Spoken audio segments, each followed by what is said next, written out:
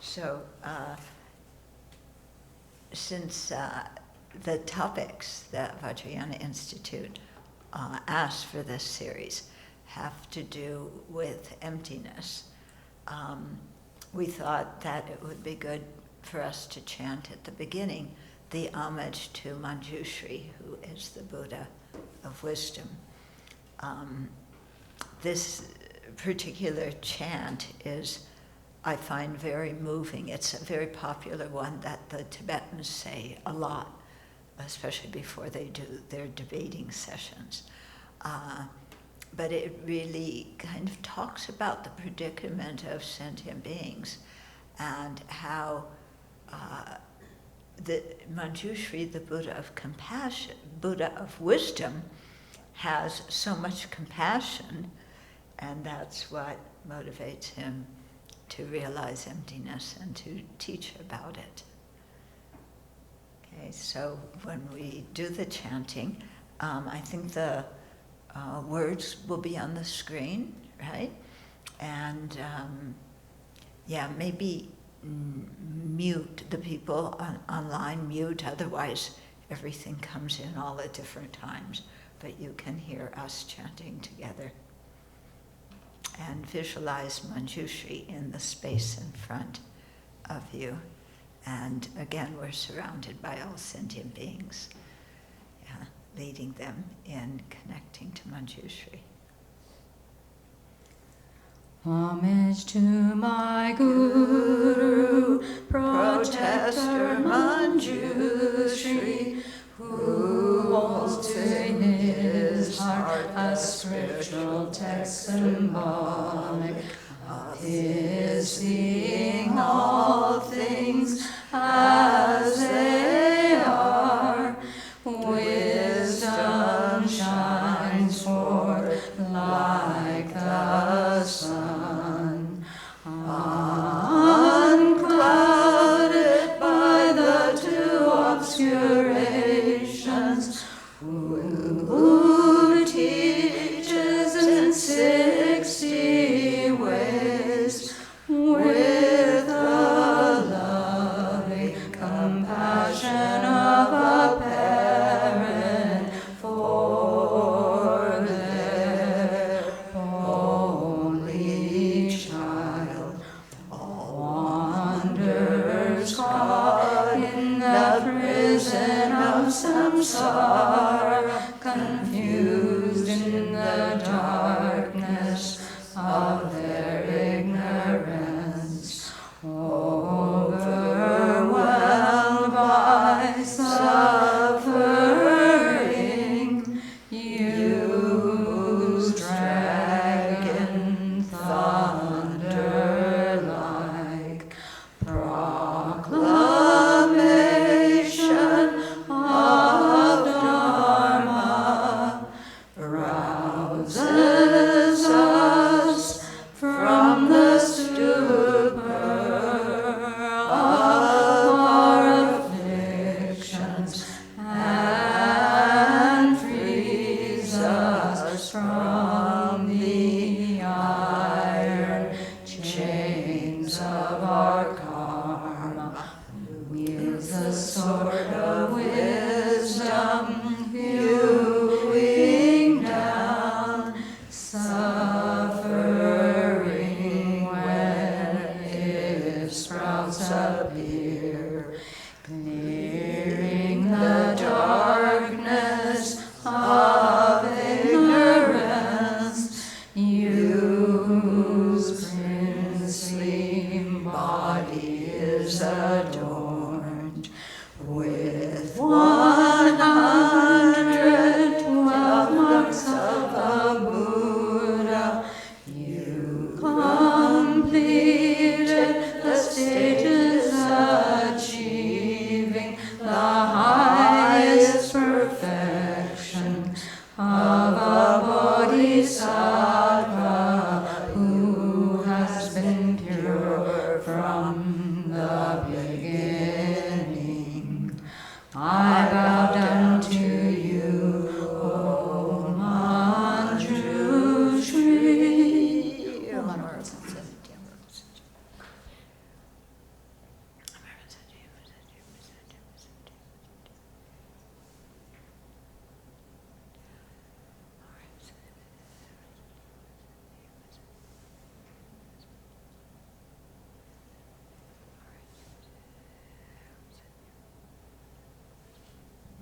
Oma Rabasana Didi.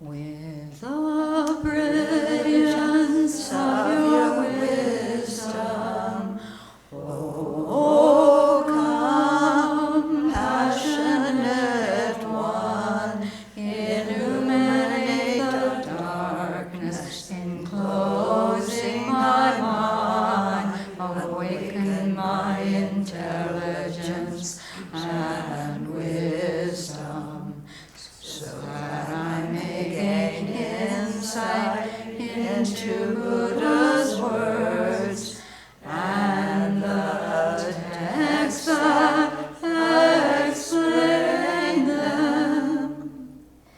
This ground anointed with perfume, flowers strewn Mount Meru, foreland, sun and moon, imagined as a Buddha land and offered to you.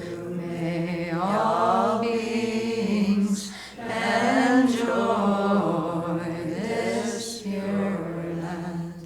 Venerable holy gurus, in the space of your truth body, from billowing clouds of your wisdom and love, let fall the rain of the profound and extensive Dharma, in whatever form is suitable for subduing sentient beings. Idam Guru Ratna Mandalakam Niryatayami. I take refuge until I have awakened in the Buddha, the Dharma, and the Sangha.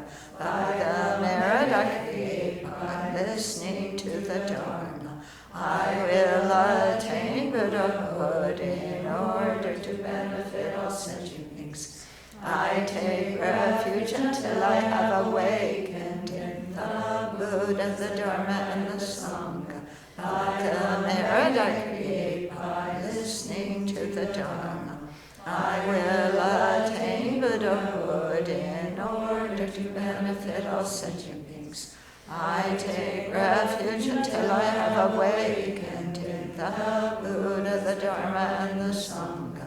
By the merit I create by listening to the Dharma, I will attain Buddhahood in order to benefit all sentient beings.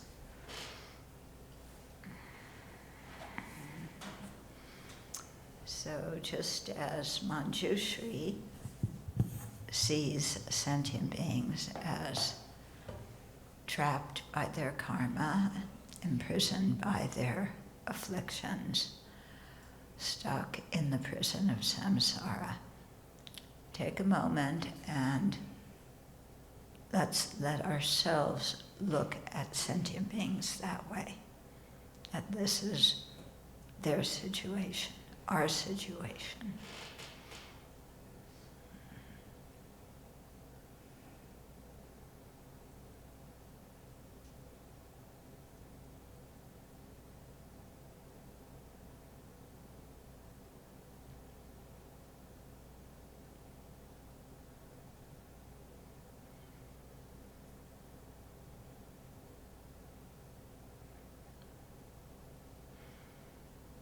And seeing that the situation of samsara applies to us, we generate renunciation of samsara and the determination to be free from it. And seeing all other sentient beings as similarly sunk in samsara, we generate bodhicitta, wanting to attain full awakening so that we can help others to be free of samsara as well. So take a moment and generate your bodhicitta motivation that we will share for our reason of thinking about the Dharma today.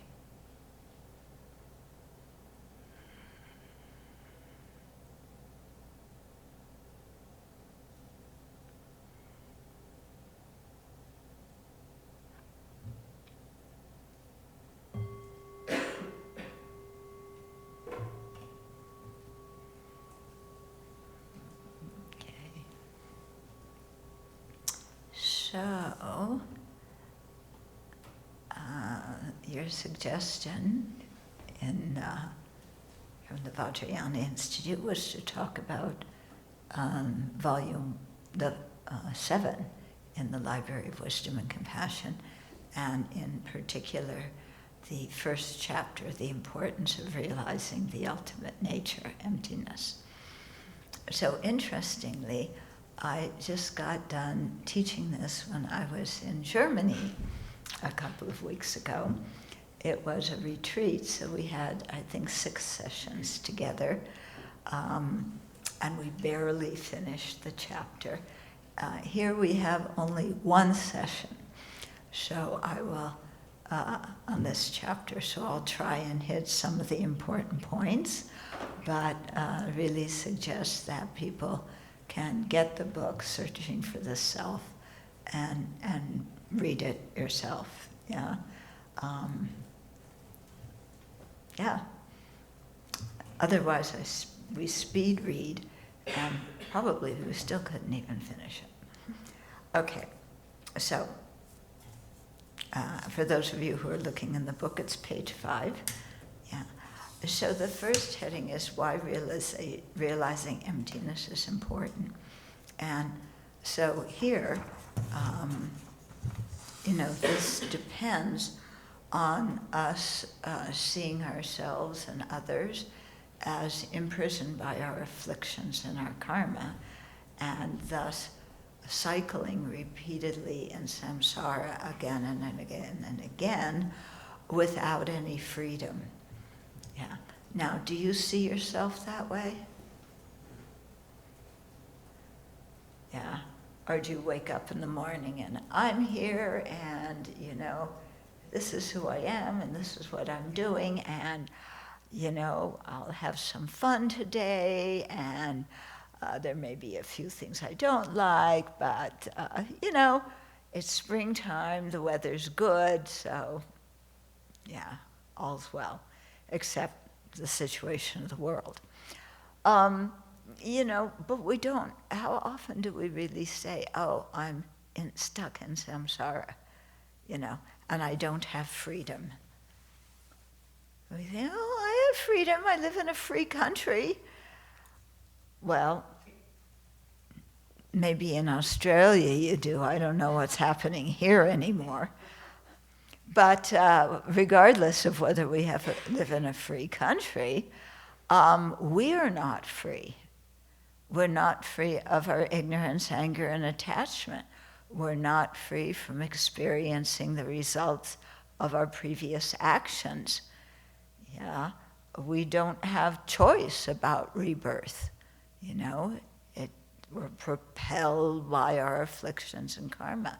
So we have to really train the mind to have this different perspective on what life is and who we are, and as a result, what our purpose in life is, So as Dharma practitioners, if we have some awareness of being in samsara, then the purpose of our life becomes to create the causes to get out of it and create the causes to attain Buddhahood so we can be of benefit and help others get out of samsara.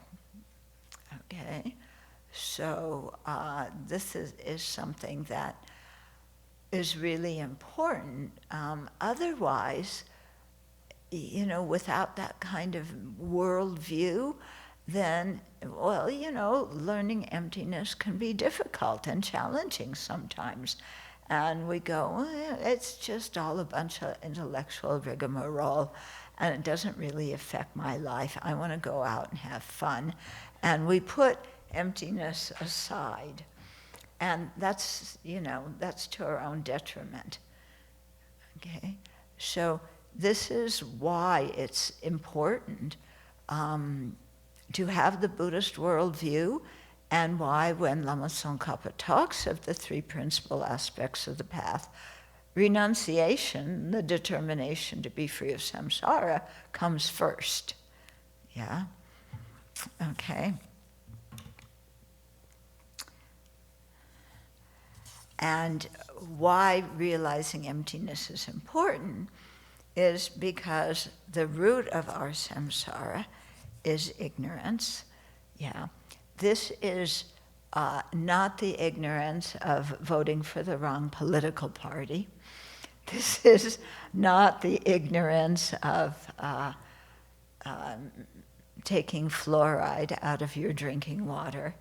It is the ignorance that we don't know our ultimate nature, how things exist. Yeah? We're totally out to lunch regarding that.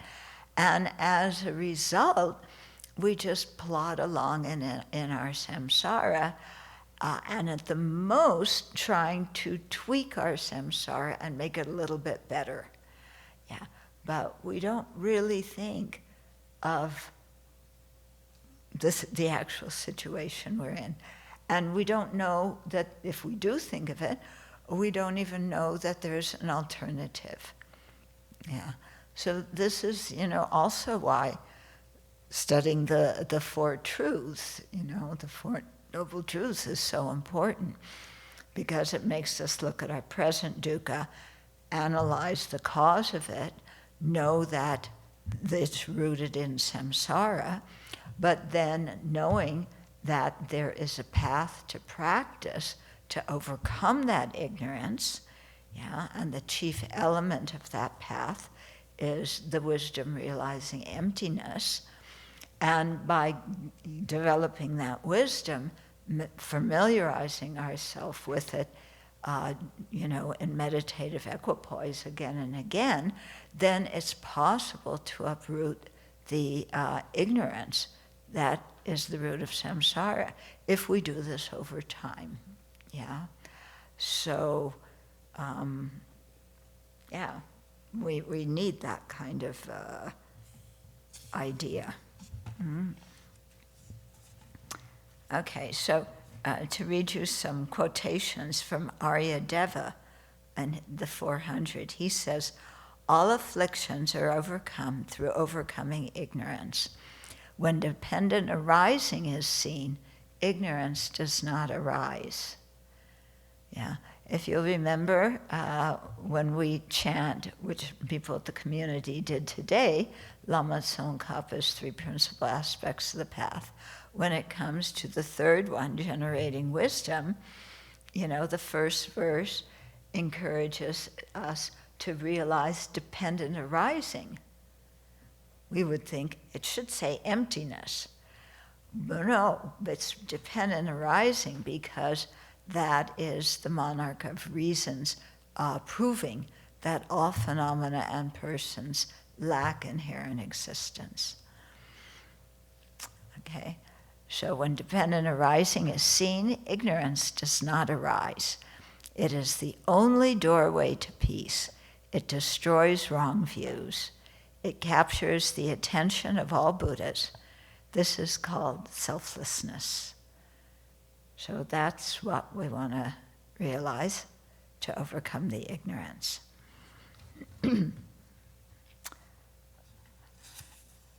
Okay, so I want to read a little bit on page 7 what His Holiness says, because the question comes up quite frequently, well, can one attain liberation or full awakening by practicing other religions and other spiritual paths?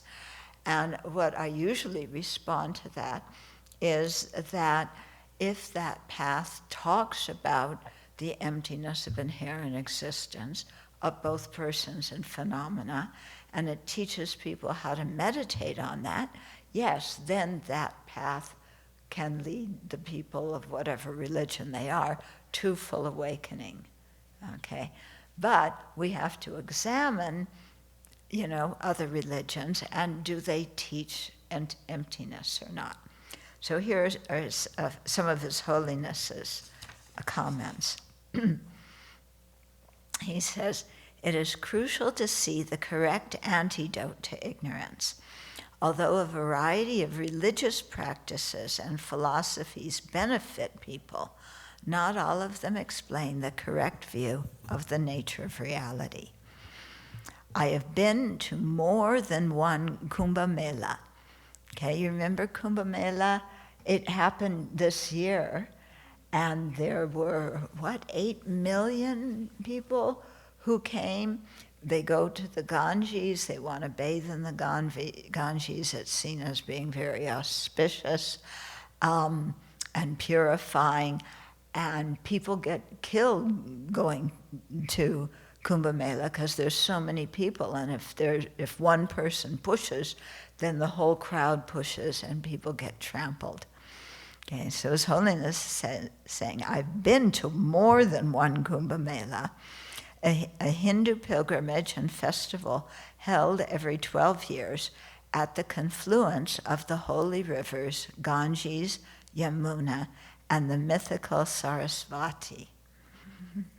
It is one of the largest religious gatherings on the planet, attended by, among others, Hindu yogis who live in the Himalayas and meditate on the practice of inner heat.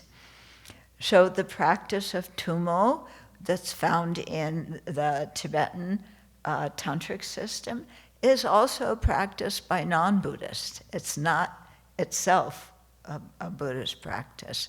Similar to concentration, Buddhists practice it, but people in other religions do as well. Okay, so these Hindu yogis live in the Himalayas. It's freezing cold. They keep warm by practicing tumo. From the Buddhist perspective, although these yogis have great faith in their gurus, that's also a Buddhist practice, okay, to have faith in your guru, and they have renounced the pleasures of this life, that's also a Buddhist practice, being free of the attachment to the 8 worldly concerns. Despite these Hindu yogis are not able to cut the root of self-grasping.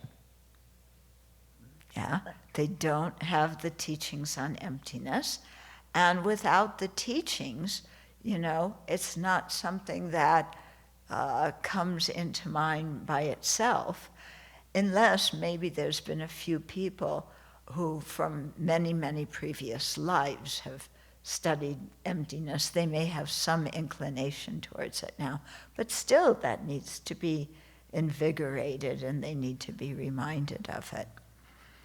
Okay. Then His Holiness continues, "Similarly, some of my Christian friends weep when they speak of their love of God, but they too aren't able to stop rebirth in samsara." So if you watched this last week when they announced the new Pope, and people in the Vatican were like this, and some of them were crying, and they were applauding, and they were joyous, and they have great faith in God, and in Jesus. But that doesn't bring liberation from samsara either, because there's no teachings about emptiness. Okay. So then His Holiness goes on, he says, "Although we Buddhists learn and apply the antidotes to specific afflictions, such as meditating on impermanence to counteract attachment, and meditating on love to counteract anger. We went through some of these last night, in the objects. for the purification of behavior. Yeah, that these are antidotes to specific afflictions, and it temporarily makes them subside, but it doesn't have the power to cut them off from the root. Yeah, so only the realization of emptiness, combined with serenity, focused on emptiness, has the ability to do that. Okay, so here's some things from Chandrakirti, what he says. Among the extensive teachings in 9 divisions, discourses, and so forth, rightly proclaimed by the Buddha, based on the 2 truths and corresponding to the forms of behavior of worldly beings, those spoken for the sake of removing attachment do not remove hatred, and those spoken for the sake of removing hatred do not remove desire, attachment, because those antidotes are specific to specific afflictions. Yeah. Then he says, but those spoken for the sake of removing confusion or ignorance overcome all afflictions, for the conqueror said that all afflictions thoroughly depend on ignorance. Okay. So then we go on to talk about what is emptiness. Okay. We hear the word emptiness, we say, yeah, I realize emptiness. The emptiness of my bank account, the emptiness of my stomach, the emptiness of, anyone who checks me on the dating apps. I'm very familiar with emptiness. And people check you on the dating app? Good. I hope not. You have the emptiness of that. Good. Okay. So in our system, we use the words emptiness and suchness as synonymous, but not all Buddhists use those terms as synonymous. So just be aware of that in some conditions, suchness has a different meaning. Okay, so Chandrakirti describes emptiness as the complete refutation of self-existence with respect to all internal phenomena, which means all phenomena conjoined with consciousness, and all external phenomena, like everything in our environment. Okay, so everything that exists lacks any kind of inherent existence. Yeah. Among the different Buddhist tenet systems, there's a whole variety of opinions of what ignorance grasps and what is to be refuted in the meditation on emptiness. So there's a whole lot of debate about that.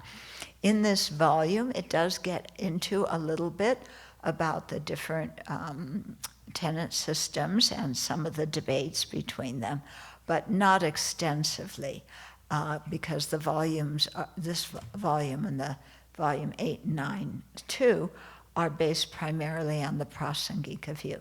But learning the other tenet systems can be very helpful, because when we begin, the prasangika view seems very strange to us, whereas the Vaibhasika view is more accommodating to our usual way of thinking.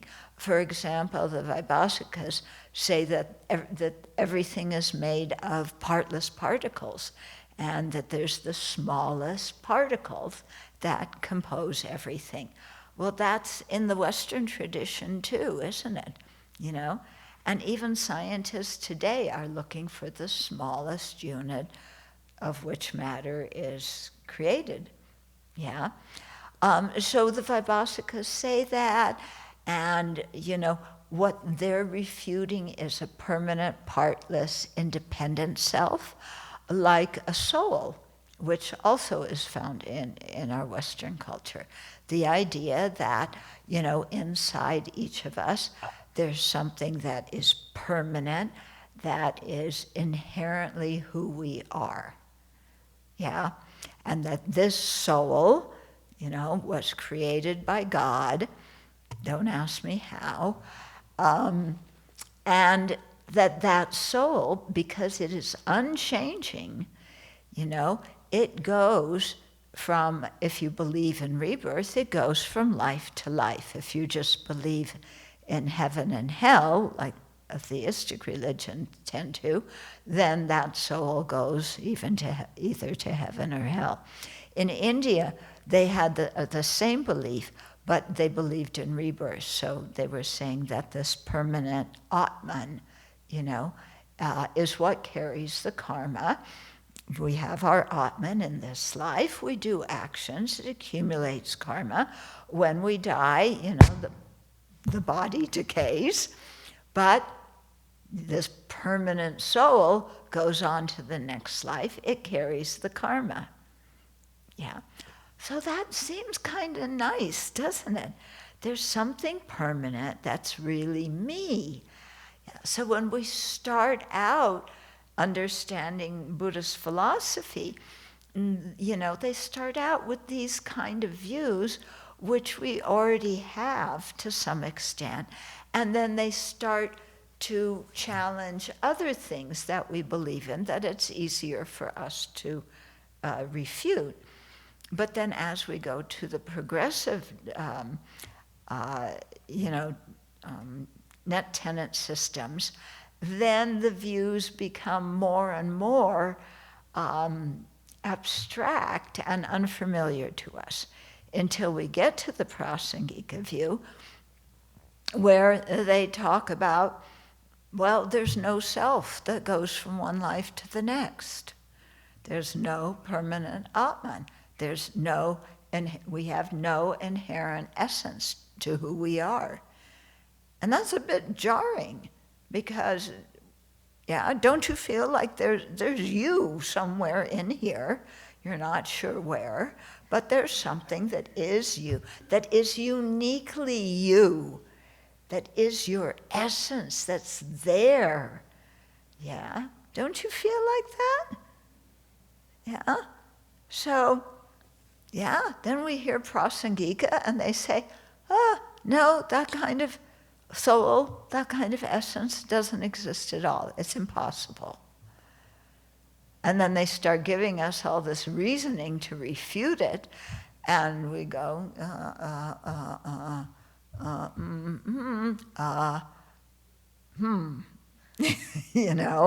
because our old views sometimes seem more familiar, more comfortable, less scary. Okay.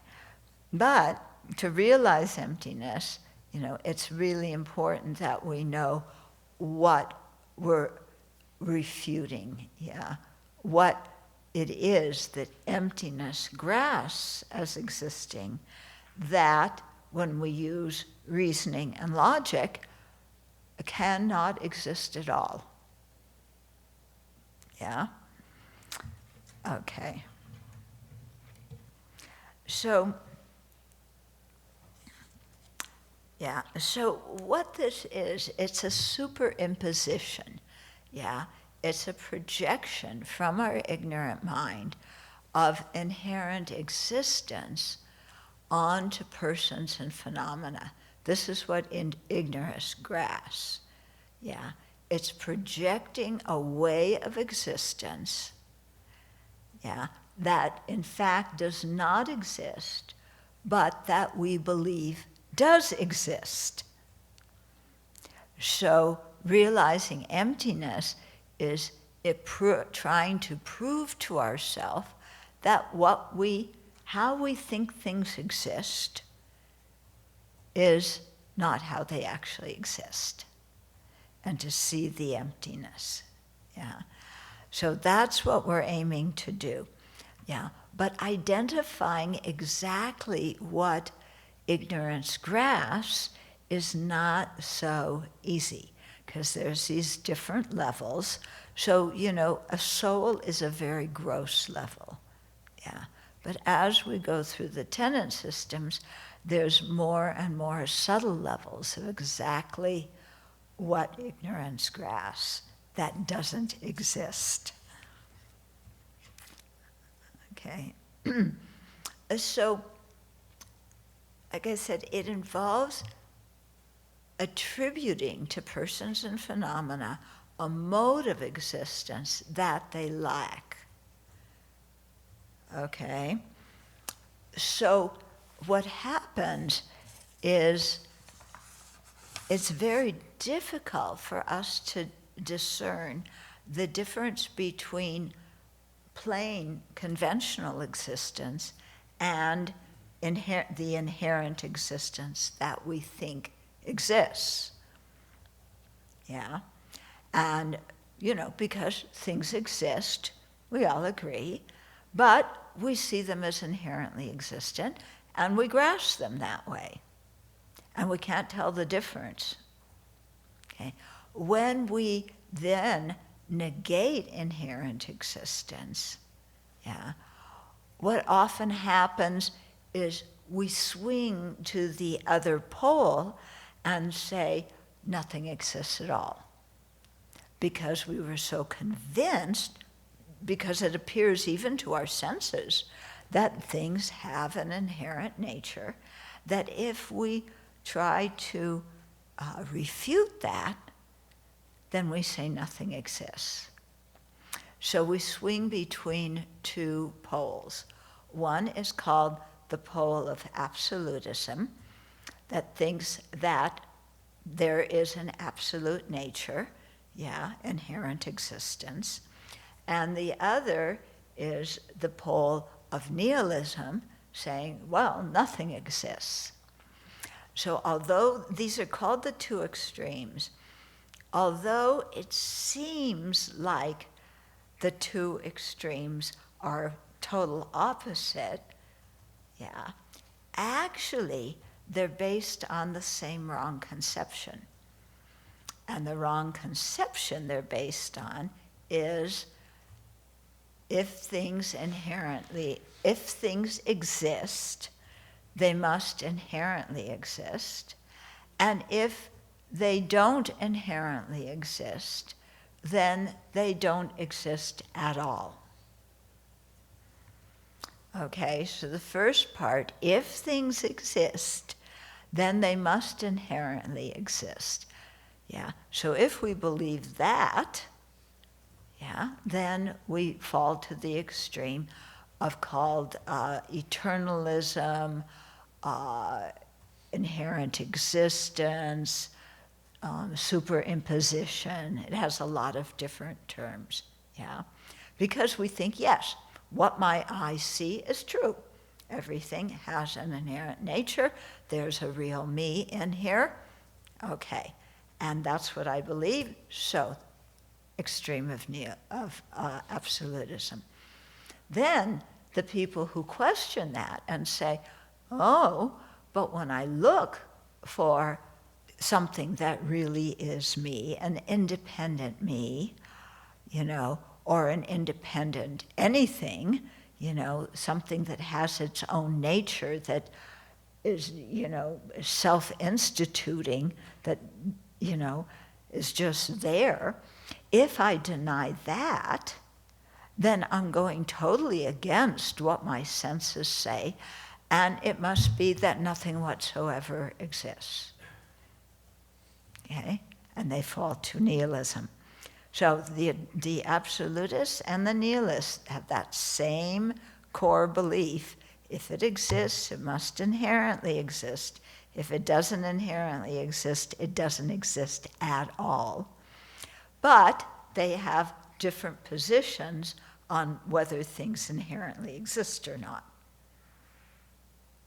Okay? And so people who say yes, the extreme of absolutism, the people who say no, extreme of nihilism. So they actually get along quite well, yeah, even though they believe in total opposite. But the core belief is similar. Okay, so we're continuously warned in our studies, yeah, to try and identify correctly exactly what it is we're trying to negate in the meditation on emptiness. Because if we negate too much, yeah, we fall to the extreme of nihilism. If we don't negate enough, then we fall to the extreme of absolutism. Okay. So this is why dependent arising is so important, yeah, because dependent arising not only shows that things exist conventionally, but it also is one of the foremost reasons for why things therefore cannot inherently exist. So dependent arising is seen as what prevents us from going to either of those two extremes. Okay? Because if we're at the extreme of grasping inherent existence, then if we really meditate on dependent arising, that things arise, the impermanent world around us and the beings in it, that we all arise due to causes and conditions. Yeah, we all have parts. Yeah, even just those two kinds of dependence, let alone the dependence of being conceived and given a name. Yeah, if we think about things that are dependent on parts or causes and conditions, then things that are dependent cannot be independent. And independent existence is synonymous with inherent existence. It means things existing by their own nature, independent of everything else. Okay, so dependent arising stops that grasping at inherent existence. Yeah, but if we then swing to the other side, because we're confused, and say, well, okay, there's no inherent existence, therefore nothing exists at all, and we fall to nihilism, then dependent arising actually brings us back from nihilism, because if things exist dependently, they exist. Yeah, we can see people were planting flowers this afternoon. If you plant seeds, you're gonna get flowers, okay? People were carrying rocks. If you move the rocks from here to there, they're going to be there. They're not gonna be here anymore. You can move, the rocks change locations. The rocks exist, okay? So dependent arising is, called what really brings people to the middle way. Yeah, things are not inherently existent, but they exist conventionally. Things are not non-existent, but they exist conventionally. Okay, so that's the conclusion that we want to get to. Now, okay, there's different stages in our progression of how to get to that conclusion.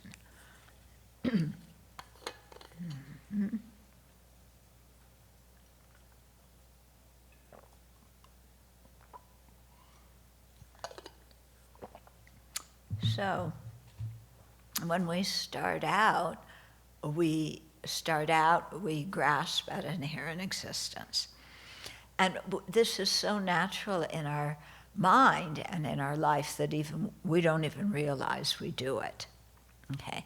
But when we start learning Buddhism, and hear the description of grasping at inherent existence, something goes, oh yeah, that makes sense to me. Everything has its own nature. I have a soul, and that's how things exist. So we start out with the wrong view. Yeah, totally wrong view. Yeah, we believe in the boogeyman. Yeah. Oh, I won't go into another discussion about the boogeyman, but yeah, people have been here before. You know the boogeyman? Yeah, boogeyman in Switzerland? No? Oh, okay. They have it in Singapore, huh? Yeah? Kind of Canada. Yeah. Okay. They'll fill you in on the boogeyman. It's okay. You're a non-believer in the boogeyman. We still like you. Yeah. Okay. So we say, yes, things inherently exist. Yeah. Then we start hearing teachings about emptiness. We start thinking about them. And some doubt comes in our mind. Yeah, because those reasonings, we don't understand them really well, but yeah, they kind of make sense. So we begin to doubt, are things really inherently existent or not? So initially we go through doubts inclining to the wrong thing, then doubt in the middle, and then doubt that's inclined towards the right conception. We're still stuck in doubt, but at least it's more weighing towards, well, yeah, I don't know, but maybe things don't inherently exist. But we're not convinced. Okay, then we hear more teachings, we think about it more, we debate, we meditate more, and we go, from doubt inclined towards the right conclusion to what's called a correct assumption. And so correct assumption is, yeah, it makes sense. Things cannot inherently exist. It makes sense. We don't have any realization of it, but conceptually it makes sense. We don't even have an inference of it, but we have the correct assumption, yeah, it makes sense. Things are not inherently existent. Okay.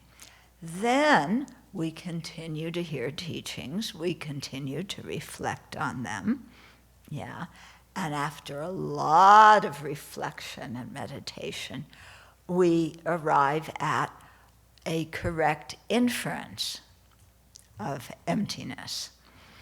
So a correct inference is a kind of realization, and it's still conceptual. We're not perceiving emptiness directly. But the inference just resonates in us. It's so powerful that it shakes us up on the inside. Okay. We may have heard the story of one monastic who was meditating on emptiness and at some point grabbed onto his donka to make sure that he's still there because he got scared he didn't exist. He was arriving at the stage of a correct inferential understanding of emptiness. Yeah.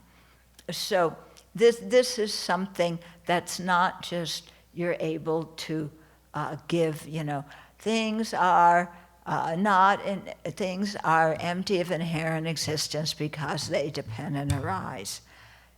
That's the correct inference, but that's not, an inferential realization.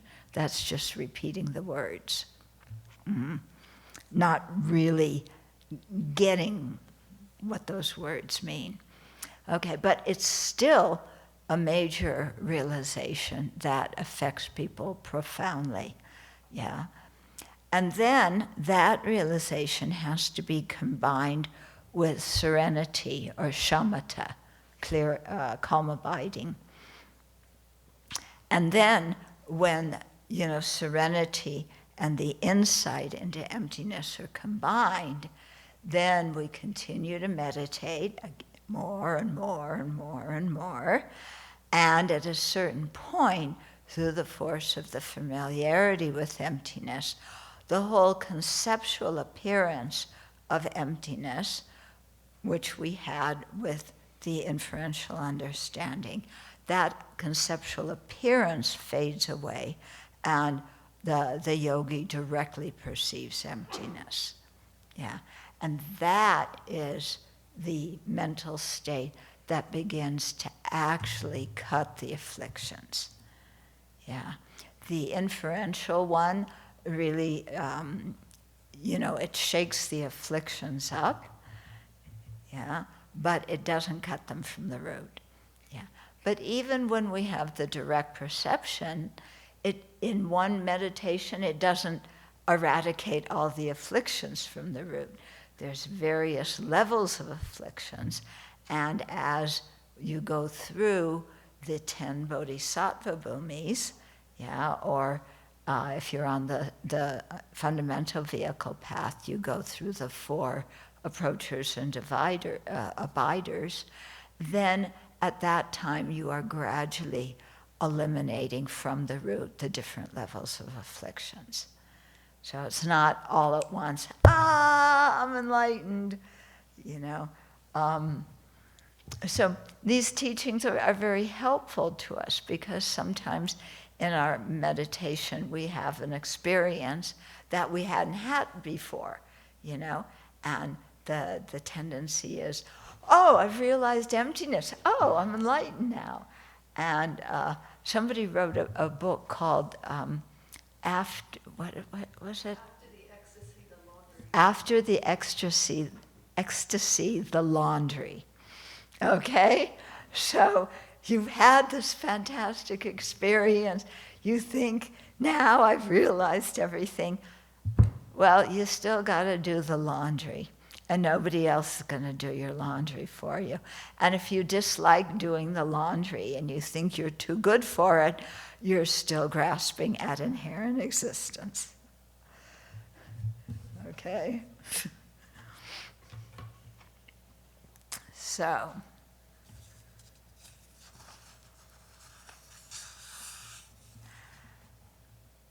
okay. Then, okay.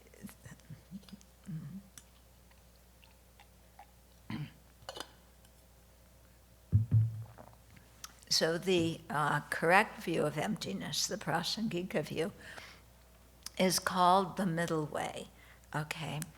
Usually when we think middle, we think you take this, add them together and cut it in half, okay?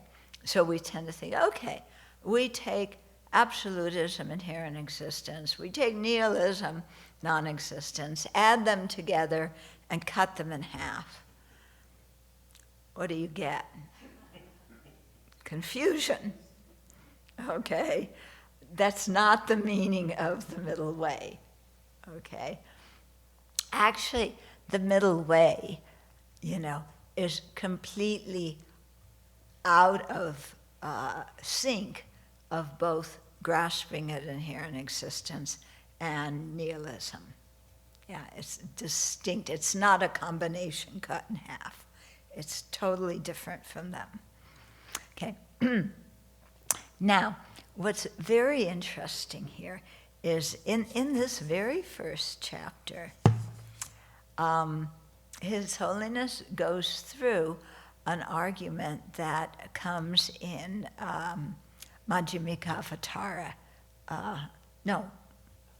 Majjhimika Karika's, Nagarjuna's verses on the middle way. It's in chapter 24. And I had the question, always have the question, like, how do I know Buddha exists? Yeah, okay, yeah, there's some historical records, but how do I know that he realized emptiness? How did I know that he was really free? You know, I had this kind of doubt. And how do I know that emptiness is really how things exist? So I was very surprised when I heard this argument. One of my teachers was teaching it, and I went, oh, wow, this argument's amazing. But Nagarjuna starts out with explaining the view of a non-Buddhist who believes that this thing, that if it exists, it must inherently exist, and if it doesn't inherently exist, it doesn't exist at all. And he presents the argument of that non-Buddhist that in it, if you follow the argument, it just denies everything. Yeah. So I'm going to read that argument and go through it, and then you'll hear Nagarjuna's reply, okay? In the debating text, whenever they present a view from a non-Buddhist, or even a Buddhist who asks a question, the term for them is ka-cheek. Ka means mouth, and cheek means one. So one mouth, yeah. In our culture, we would probably say one big mouth. Some big mouth in the crowd asks, yeah. So this is what some big mouth is saying, yeah. If all of these were empty of inherent existence, there would be no arising and no disintegration. Why? Because if things if you deny inherent existence, nothing exists, so there would be no arising and no ceasing of any objects. So it would absurdly follow for you, Kachik is saying to Nagarjuna, that the four truths of the Aryas would not exist. That if nothing existed, then the Four Noble Truths don't exist. Okay. Then Kachik goes on. Since the four truths would not exist, knowing thoroughly, abandoning, meditating, and actualizing them would not be logically feasible. So these are what we do with the four truths, okay? The four truths do not exist. We cannot know them thoroughly. That's what we do with true dukkha. We could not abandon them. That's what we want to do with true causes. We could not meditate on them. That's what we do on true paths. And we could not actualize them. This is what we want to achieve, that are true cessations. Okay? So, yeah, if things were empty, nothing exists, the four truths exist, and this is why, you know? There would be no dukkha, no cause of it, no cessation, no path. Since those would not exist, the four fruits also would not exist. Yeah, the fruits here are referring to the fruit of stream entry, once returner, non-returner, and arhat. And those are the stages that a practitioner of either the hearer or solitary realizer vehicle goes through to attain arhatship or liberation. Okay? So since the Four Noble Truths don't exist, those four fruits, those four results of meditating on them would not exist. Okay? And if they don't exist, then those who have achieved the four fruits, those who are stream enterers, non-returners, once returners, and arhats, those also would not exist. Okay, so the people realizing those things wouldn't exist because the things they're realizing don't exist. So if those 8 persons, the approachers to the four fruits and the abiders in the four fruits, if those 8 persons did not exist, the spiritual community, the Sangha, would not exist. So the jewel of Sangha would not exist because those 8 groups of people are part of the Sangha jewel. Yeah, so Kachik's saying, yeah, the Sangha jewel would not exist. And because the four truths don't exist, the doctrine of the excellent ones would also not exist. So the Dharma jewel would not exist. So there's no Sangha jewel, there's no Dharma jewel. Yeah. If the doctrine, the Dharma jewel, and the spiritual community, the Sangha jewel, did not exist, how would the Buddhas exist? Because the best of the Dharma jewel is found in the realizations of the Buddhas, and the Buddhas are members of the Sangha. So if you don't have those Dharma jewel and Sangha jewel, you don't also have the Buddha jewel, so there's no Buddhas. Okay, so Kachik says, if emptiness isn't construed in this way, the existence of the 3 jewels is totally undermined. In fact, you've denied everything in samsara and nirvana. Everything has been negated. Okay.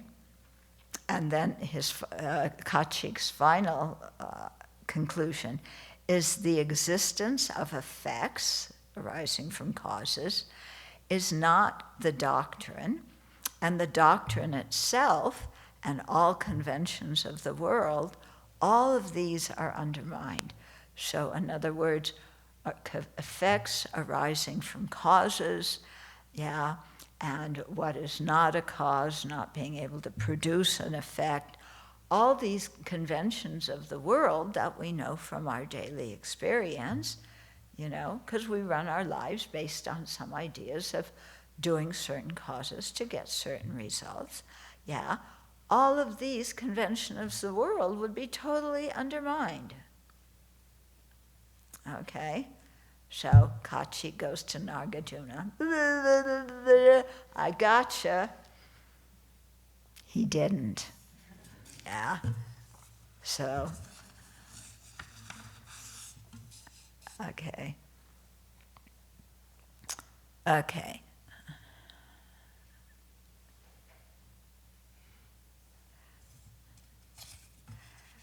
So actually, in Nagarjuna's text, he says, for whom emptiness is feasible, all is feasible.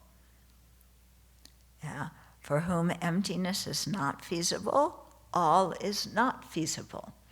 So for those who accept emptiness as the nature of things, then it's possible to assert all the conventions of the world, all the phenomena in the world.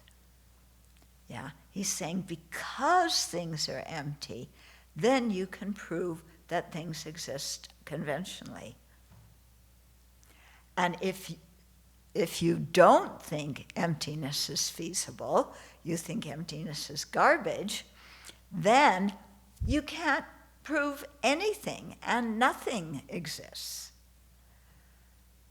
Okay, so Nagarjuna is saying to Big Mouth, you have a big mouth and you thought your argument was right, but essentially what you're doing is you're the one who is undermining all conventional existence by denying that things are empty. So what Nagarjuna is doing is he is saying that emptiness and dependent arising are compatible. Yeah, and this is where Big Mouth gets stuck.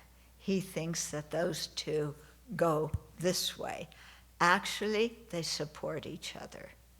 Yeah, because things arise dependently, they lack independent or inherent existence. And because things lack independent and inherent existence.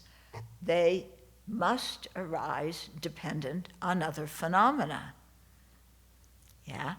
Arising dependent on other phenomena, that's how things conventionally exist. Independence on other things. Yeah?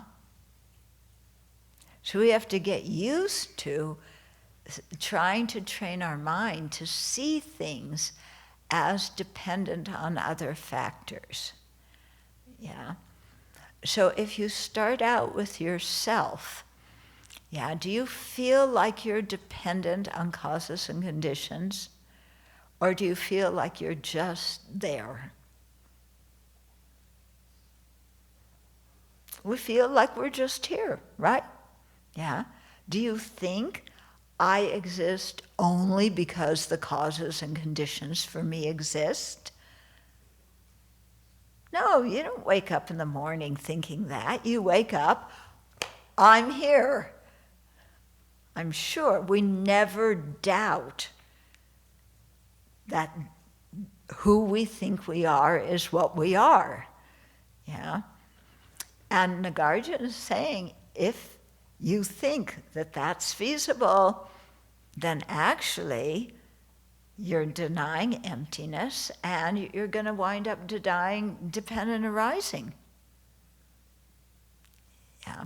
So then Nagarjuna goes and talks about his thing.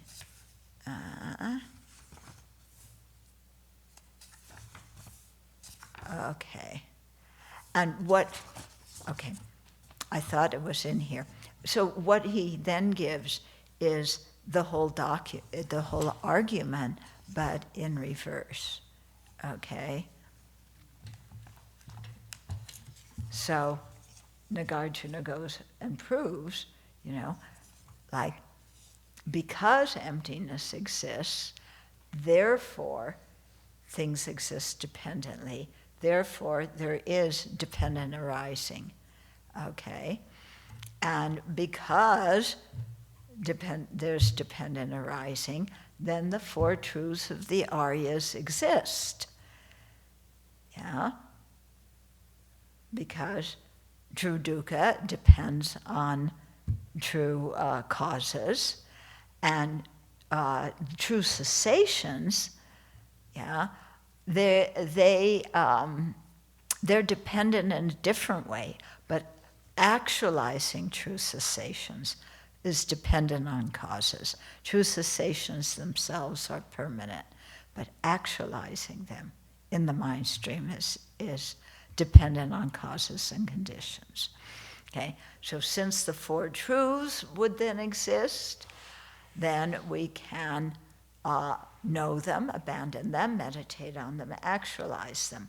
Since these exist, then it's possible for people to realize them and become stream enters, once returners, non-returners, and arhats.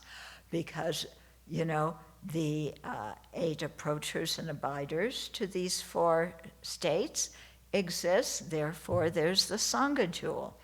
Because the Sangha jewel exists, they have the Dharma jewel in their minds, so the Dharma jewel exists. Because the Sangha jewel and Dharma jewel exist, the Buddha jewel exists. Okay? And so here you can prove that everything in samsara and nirvana exist because emptiness exists. And emptiness is, it's not synonymous with dependent arising, and it's not the same as dependent arising, but the two of them come to the same point and they're compatible.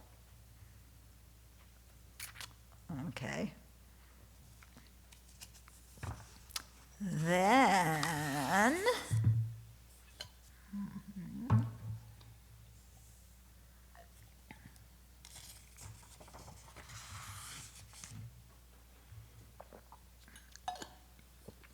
to continue on with chapter 1, His Holiness then goes into talking about suitable vessels to receive teachings on emptiness. Yeah. So this is, who do you teach emptiness to? Who's ready to hear it? Who will understand it properly? Yeah, and not fall to the extreme of nihilism. So those of you who have the Bodhisattva vow, you know that one of the root of the Bodhisattva precepts is to not teach. You transgress it by teaching emptiness to the people who aren't ready, because the danger of doing that is that then they misunderstand emptiness and they think nothing exists. And if you think that cause and effect, in fact, the karmic system of cause and effect, if you think that doesn't exist, then you can get yourself in really big trouble, because you say, oh, there's no ethical dimension to my actions. Karma doesn't exist. So I can do whatever I want, and as long as I don't get caught by the authorities, there's no problem. Yeah? And you give yourself permission to do all sorts of negative actions, because we think there's no consequence to them. Anybody had that state of mind in your past? Yeah? I'm just going to live it up and do what I want, because, hey, when I die, I'm dead, and there's nothing that happens after that. And this whole idea of, oh, you've got to be good to get to heaven, that's just BS. I don't believe in that. Nothing exists. Okay? So then you just go about doing whatever you want, creating all sorts of negative karma, essentially shooting ourselves in the foot. Okay, so it's for this reason that we have to be very careful of who we explain emptiness to. Okay, so I want to read what His Holiness says about it. Okay, the chief danger in teaching emptiness to people who aren't ready is that an untrained person will misunderstand the teachings, mistake the emptiness of inherent existence for total non-existence, and fall to the extreme of nihilism, thinking that nothing exists or that their actions do not bring any kind of results in the future. Yeah? So this view is especially deleterious if people disbelieve the law of karma and its effects and cease to care about the ethical dimension of their actions. Behaving recklessly, they create destructive karma, winning for themselves only an unfortunate rebirth. Okay? So you think, yeah, I know, nothing exists, this is all BS, I'm going to do what I want and live it up. And what are you doing? Creating the causes for a horrible rebirth for yourself. Okay? So alternatively, by misunderstanding the teachings on emptiness, someone may think that emptiness is nonsensical, thus hardening their belief that all phenomena inherently exist. Abandoning emptiness, they close the door to liberation by falling to the extreme of absolutism. And such wrong views perpetuate dukkha and samsara for a long time to come. Okay, so there's a quote here from the Sakya scholar adept Drakpa Gyatsen that we recite every Wednesday as part of our after lunch recitation on Wednesday. And he says There is no liberation for those who grasp at existence, meaning inherent existence. There is no higher rebirth for those who grasp at non-existence, because they don't follow the law of karma and effect. Those who grasp at both and think things both exist and don't exist are ignorant. The solution, he says, so place your mind freely in the non-dual sphere. So place the mind freely in the realization of emptiness. Okay. So then, how do you tell if somebody is ready to hear emptiness? Well, if you've taught a group of people for a period of time, hopefully you know something about what they've understood and what they haven't, and they've heard you say many times, don't jump to the conclusion when you hear emptiness that nothing exists.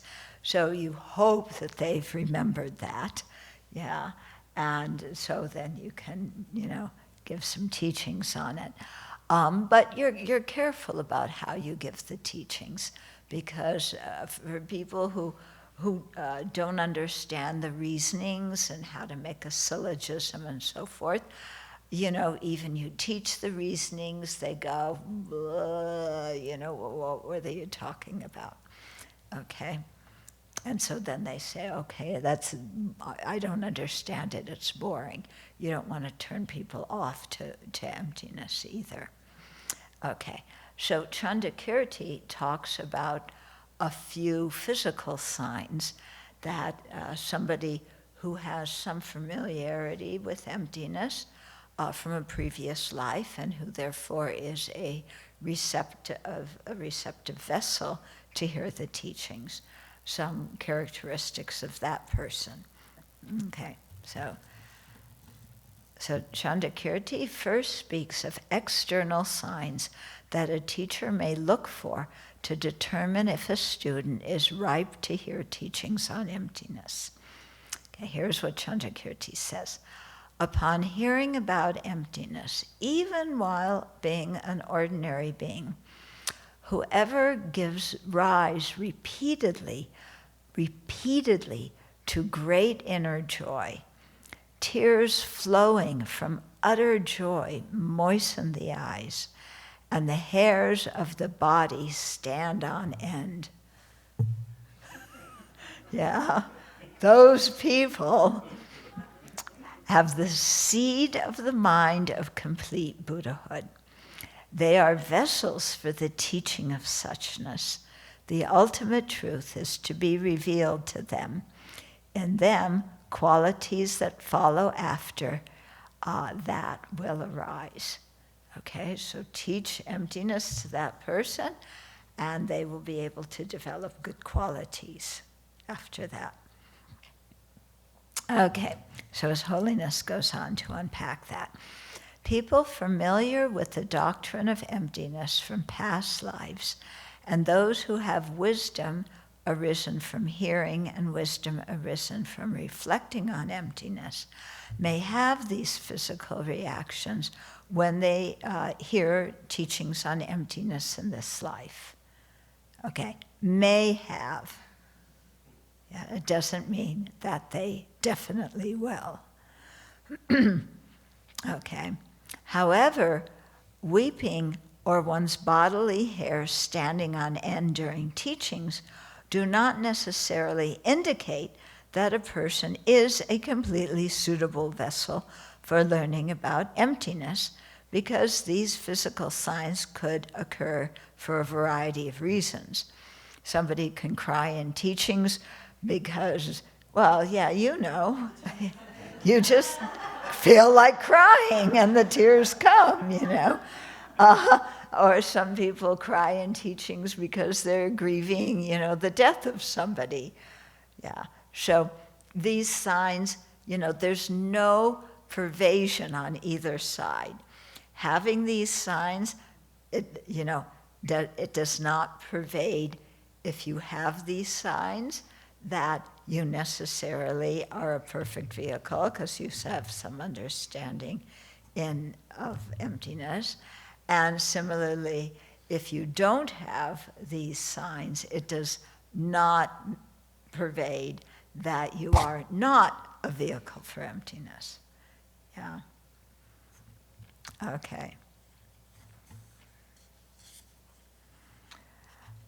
So Maitreya's Ornaments of Clear Realization says that suitable vessels for the teachings on emptiness are students who have made offerings to the three jewels, created roots of virtue, and are under the guidance of a qualified and virtuous spiritual mentor. Yeah? These are the same things when Lama Tsongkhapa asked Manjushri how to realize emptiness. Manjushri said, do a lot of purification, create merit, and then follow the instructions of your teacher, meaning Manjushri himself.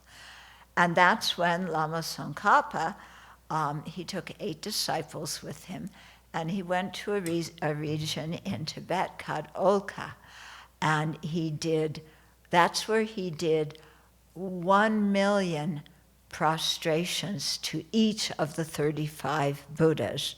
So 35 million prostrations. Yeah. If you go to the place where he did it, I was able to go when I visited Tibet, you can see the imprint of his body on the stone. He didn't have a nice board that he could slide on with pads under his knees and everything. And you could see the imprint of his body. Then he did, however many millions of mandala offerings. And again, when you go to Olkha, he used as his plate for mandala offerings a stone, a very rough stone, when you have to go, Om Vajrayana Aham, and you do this. And you could see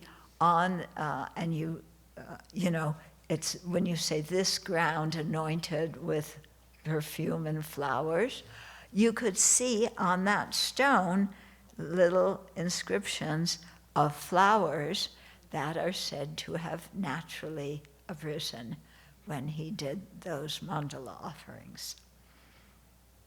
Yeah. I am somebody who doubts these things, but I saw them with my eyes. Okay. So, yeah. So that's what he did.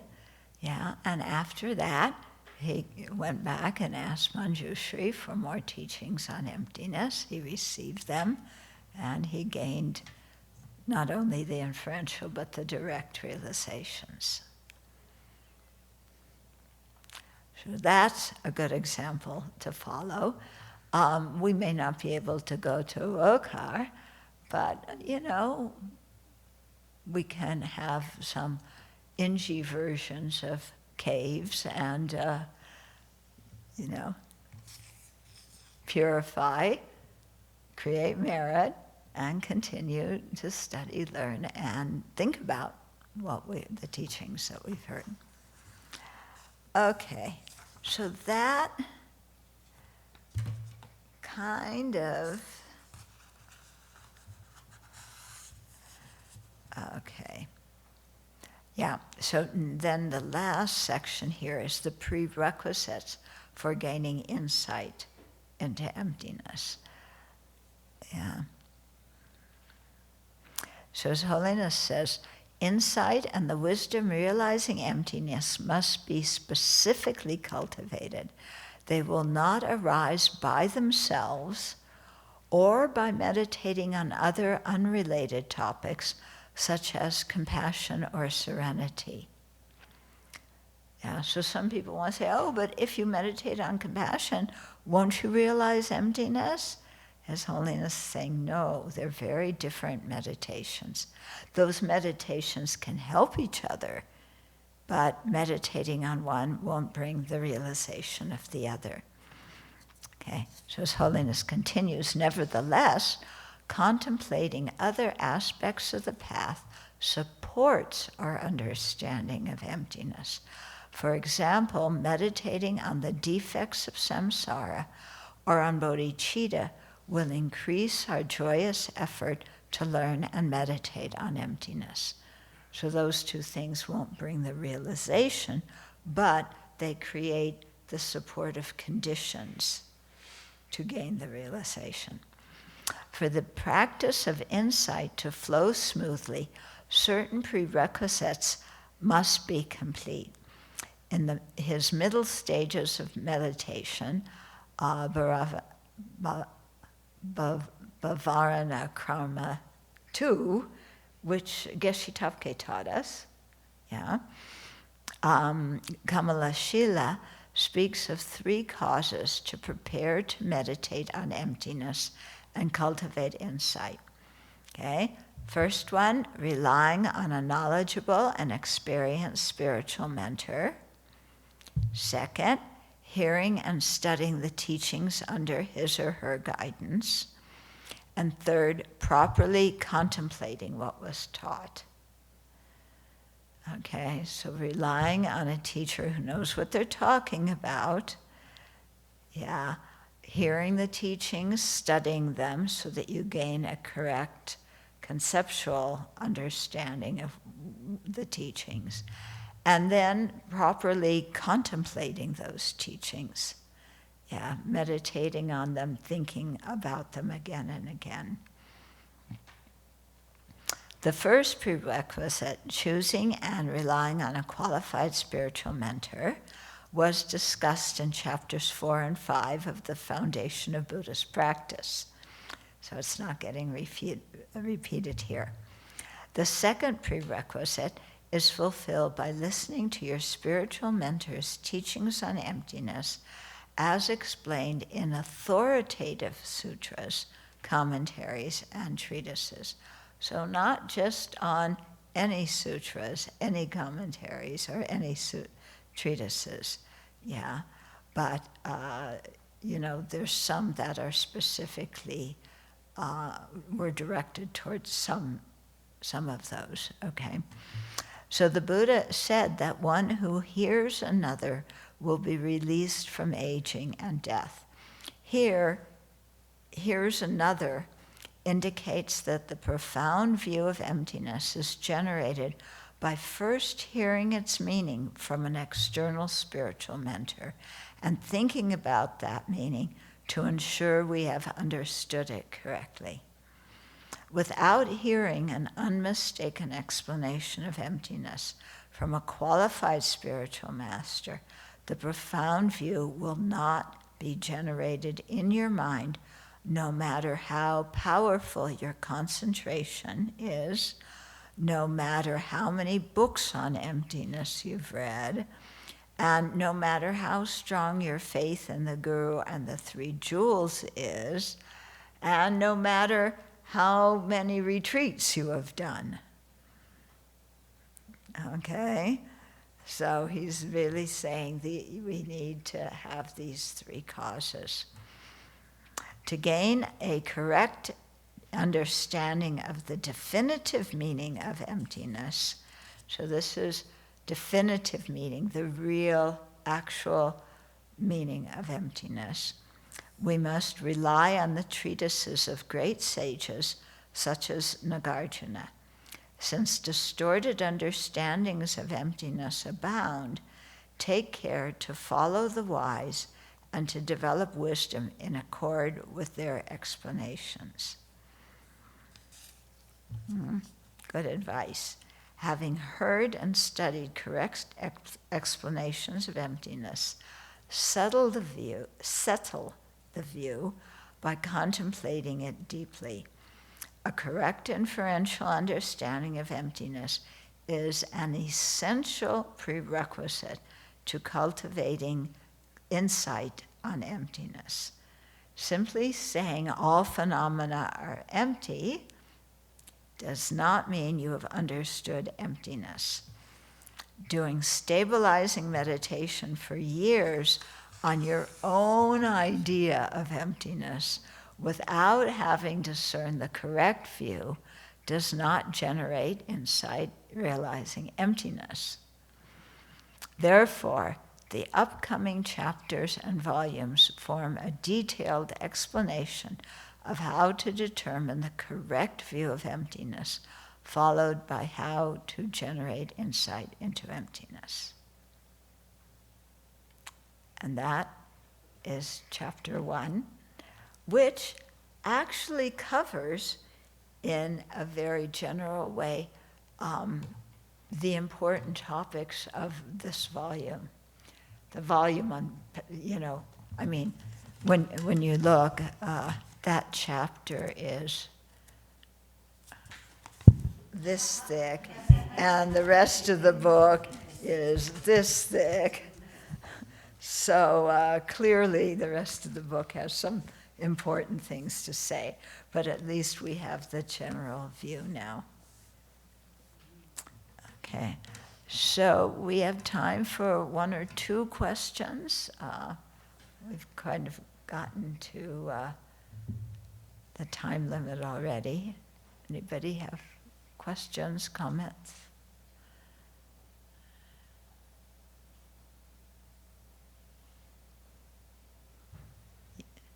Yeah? Venerable, what makes a teaching on emptiness? When they talk about how things do not inherently exist. And also assert that although they do not inherently exist, they exist conventionally.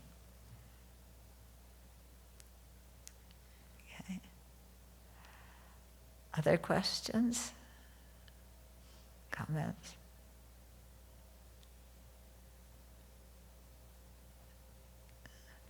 Okay, then we'll dedicate the merit. And please think about what you heard. Yeah, it'll get posted online, so you can listen to it again, and you can read the volume. And there's other texts you can read that also say similar things that help you. Okay.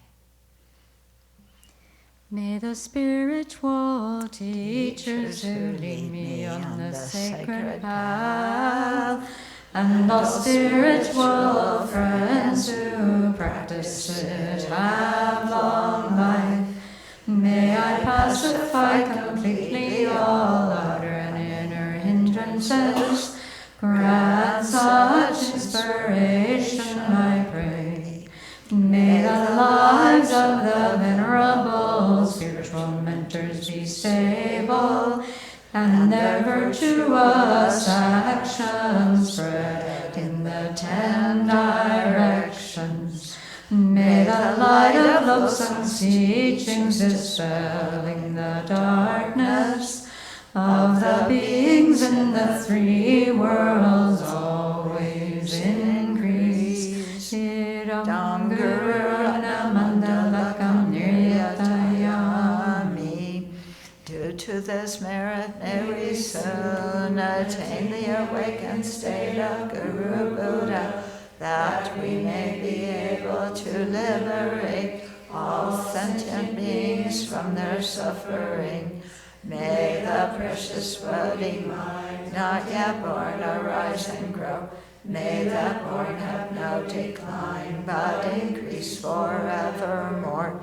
In the snowy mountain pure land, you're the source of good and happiness, powerful cleansing gaths of Chenresi. May you stay until samsara ends. Okay, so until next time,